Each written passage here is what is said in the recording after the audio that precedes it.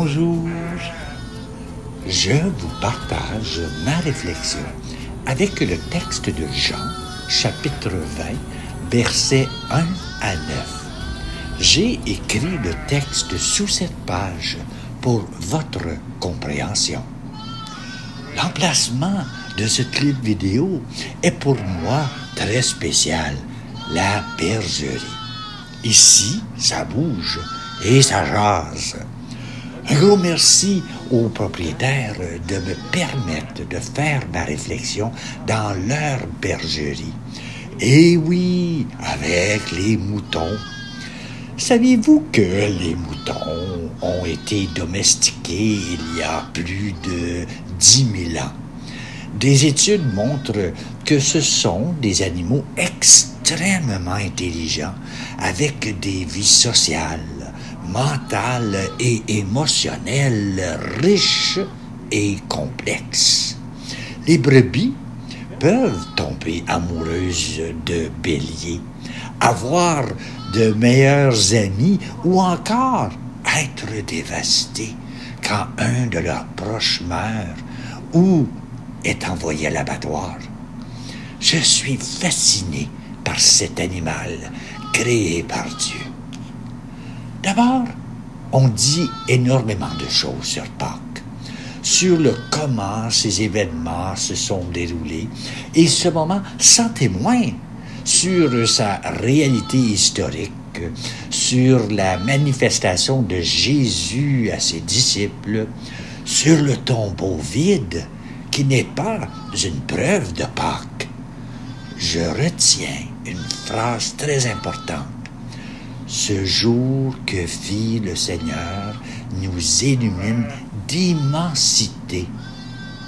Pour dire Pâques, aucun besoin de parler, de trop parler, et surtout de se prendre en photo avec sa grosse bibliothèque derrière soi pour montrer une allure d'intellectuel, et surtout de parler et encore parler de Dieu. Il est seulement nécessaire de dégager une intensité de lumière dans tes yeux. Et oui, que ton visage s'illumine et nous serons sauvés. Que la lumière soit. Ce fut le premier matin où la vie jaillit de toutes parts, et la lumière fut astre d'en haut venu nous visiter. Ce fut le premier matin hors de nos tombeaux. Jésus se lève du tombeau. La vie est plus forte que la mort. Le bien est plus fort que le mal. L'amour est plus fort que la haine. Chaque génération chrétienne doit trouver la manière de réchauffer les cœurs. Les apôtres savent bien qu'ils ne peuvent plus se taire. Ils n'ont plus peur. Si nous avons l'Évangile dans le cœur, nous ne pouvons pas ne pas le communiquer. Serait-ce au prix de notre vie? Nous devons le faire dans le respect des autres traditions religieuses. Pâques illumine. Cela vaut plus que toutes nos convictions, nos discours ou conférences sur Pâques. Maurice Zondel disait, « Nous n'avons pas à prêcher. Nous n'avons pas à parler de Dieu. Moins on en parle, mieux ça vaut. Nous n'avons pas à faire un prosélytisme qui amène les autres à penser comme nous, puisque nous n'avons pas à penser quelque chose, mais à vivre quelqu'un. Nous avons qu'à être illuminés d'immensité et nous communiquerons une présence qui ne fait pas de bruit, une présence qui est au centre de ces jours et que seul le silence pour le transmettre. Mon grand souhait pour toi, en ce temps pascal est que s'illumine d'immensité cette lumière en vous, que ta lumière intérieure brille devant les hommes et les femmes.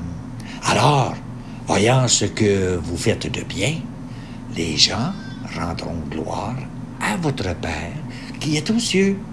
Une belle phrase de Matthieu, chapitre 5, verset 16. Je vais tenter de faire un lien avec les moutons. Jésus est identifié à l'agneau sacrificiel de la tradition juive. Jésus est aussi représenté par un agneau dans l'Apocalypse.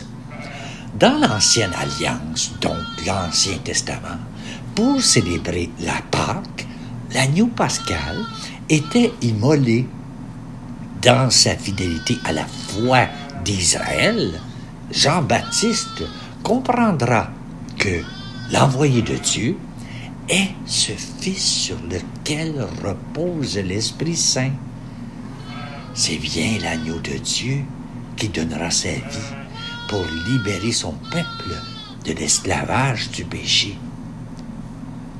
Pour nous les chrétiens, la fête de Pâques célèbre la résurrection de Jésus et l'agneau pascal, ou dire Agnus Dei, agneau de Dieu, symbolise le Christ. Jésus est identifié à l'agneau sacrificiel de la tradition juive, car il est une victime innocente, sacrifiée pour racheter les péchés des hommes et des femmes. Alors, ce qui est très important avec la résurrection de Jésus, l'agneau victime, est devenu l'agneau vainqueur. Il est celui dont le sang donne la victoire à ses fidèles. Le mal, la mort, n'ont plus le dernier mot. Jésus a traversé la mort. Il est l'agneau de la nouvelle Pâque. Ceux qui se nourrissent de son corps et de son sang vivent de sa vie. Dans la grande liturgie céleste de l'Apocalypse, les vivants, les anciens et la multitude des anges acclament en disant « Il est digne de recevoir puissance et richesse, sagesse et force, honneur, gloire et bénédiction. » Ni Marie-Madeleine, ni les disciples apôtres, ni les pécheurs revenant vers le rivage au lever du jour, ni les disciples d'Emmaüs, personne ne voit Jésus. Jésus est tellement vrai homme jusque dans sa résurrection que nos yeux humains sont incapables de le reconnaître. Ne regardons pas Pâques avec des yeux humains, mais avec ceux du cœur. Un théologien, Joseph Moyne, disait « Pâques n'est pas quelque chose à voir, mais à vivre. » La résurrection de Jésus n'a été expérimentée qu'en esprit. Il ne pouvait en être autrement. Si tu as le goût de vivre une petite expérience, je t'invite à fermer tes yeux. Pourquoi? Pour que tu ne sois pas dérangé par les images, c'est-à-dire moi, sur ton écran. Concentre-toi sur ce que je vais essayer de te faire réaliser pour essayer d'expliquer simplement qui est Dieu. Concentre-toi seulement sur ma voix. D'abord, imagine-toi bien assis dans ton salon et tu as le goût de faire de la peinture. Tu as déjà acheté ce qu'il te faut, trépied, canvas, peinture, etc. Tu as trouvé une photo d'un paysage dans une revue, un magazine, et tu l'as découpée pour la poser près de ton canvas. C'est ce paysage que tu veux reproduire. Tu commences à peinturer et lentement, pas vite, tu quittes ta photo que tu avais choisie pour t'inspirer et tu continues ta peinture sans être influencé. Imagine-toi, Dieu, un artiste. Dieu est le plus grand artiste et il a fait le monde. On dit que Dieu a fait l'homme et la femme à son image. L'artiste, toi et Dieu, sont observateurs. Le véritable artiste crée, même en copiant. Tu peux ouvrir les yeux. Tout d'abord, Dieu nous dépasse complètement. On ne peut le comprendre dans notre condition humaine actuelle. Dieu fait ce qu'il veut. Il n'y a pas de limite. En général, nous n'entendons pas beaucoup parler de Dieu en tant qu'artiste. Mais toute personne nommée créateur crée. Crée, c'est exprimer. Donc, tout le monde crée, n'est-ce pas? Alors on peut dire Dieu est la cause efficiente de la création. Il en est le moteur, c'est-à-dire celui qui met en mouvement, qui est à l'origine du processus.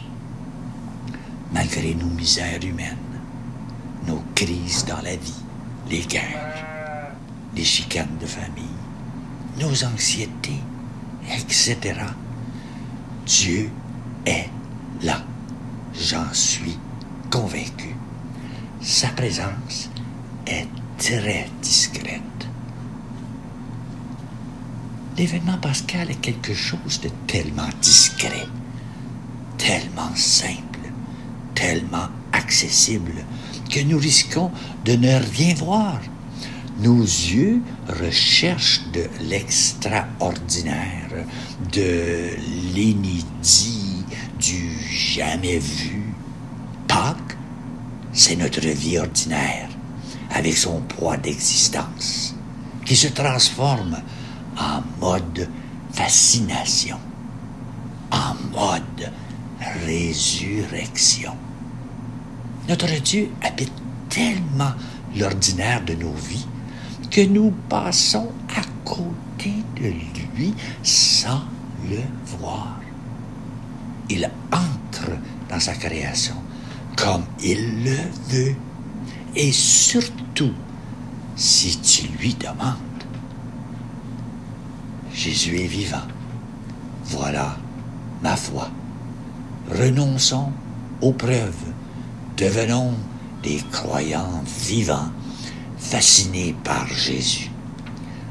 Le pape François disait, même à ceux qui ne se sentent éloignés de Dieu et de l'Église, même à ceux qui sont craintifs ou indifférents et qui ne pensent plus pouvoir changer, Jésus t'appelle, toi aussi, à faire partie de son peuple, celui des fascinés de vie, des fascinés d'Évangile, ceux qui veulent être ensemble dans la bergerie.